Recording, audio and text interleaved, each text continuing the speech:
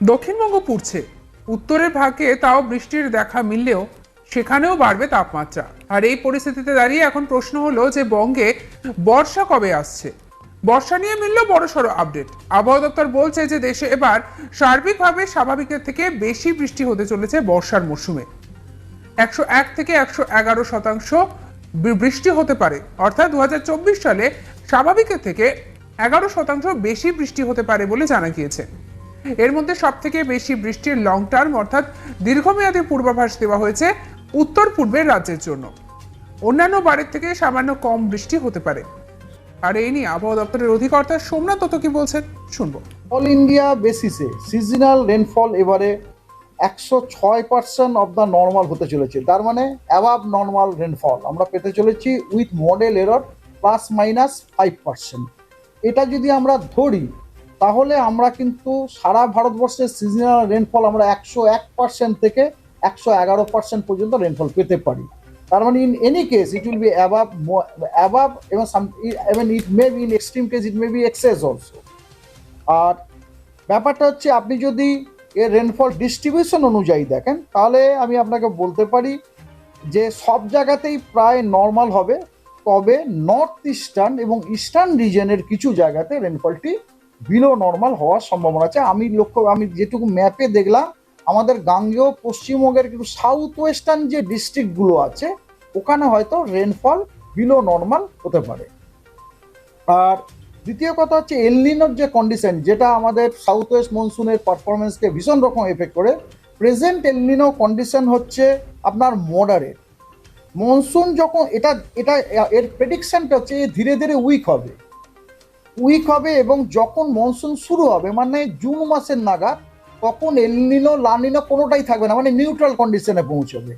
এবং August September মাসে সেই সময় কিন্তু লানিনা কন্ডিশনে থাকবে। এই কারণেই আমরা আশা করছি এবছরে south west monsoon all over India রেনফলটা খুব ভালো হবে। আর আমরা বিভিন্ন বিভিন্ন বছরের ডেটা পরীক্ষা করে যেটা দেখা গেছে যে যে 22টা বছর দেখা গেছে লানিনা হয়েছে।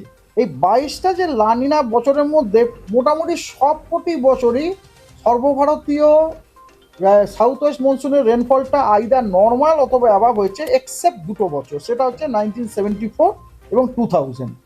এই দুটো বাদ দিয়ে কিন্তু সবকটি লানিনা বছর ইয়ারেই কিন্তু আমাদের রেনফল নর্মাল হয়েছে। এবং মোর ওভার এইবারের যে লানিনাটা কিরকম, লানিনার আগে এলনিনো ছিল, এটাকে আমরা এইভাবে বলি লানিনা প্রিসিডেড বাই এলনিনা। এইরকম কন্ডিশনে কিন্তু দেখা গেছে ম্যাক্সিমাম টাইমে রেনফলটা positive side of the normal থাকে। সুতরাং এবং another one important thing, south west monsoon রেনফলকে আর একটা জিনিস খুব প্রভাব বিস্তার করে, সেটাকে বলে Indian ocean dipole. Indian ocean ডাইপোলটা এই মুহূর্তে নিউট্রাল, কিন্তু যখন ডিউরিং মনসুন সিজনে ওটা অ্যাবাভ নট পজিটিভ সাইডে চলে যাবে, যেটা আবার আমাদের সাউথ ওয়েস্ট মনসুনের জন্য খুব উপযোগী এই সময়। এবং আর একটা জিনিস হচ্ছে স্নো কভার ডিপার্চার। ইউরেশিয়ান এরিয়াতে যে স্নো কভার থাকে, স্নো কভারের ডিপার্চার, যেমন স্নো কভার ডিপার্চার মানে নর্মালের থেকে বেশি না কম, সেটা বিলো নর্মাল। তার মানে বরফ কম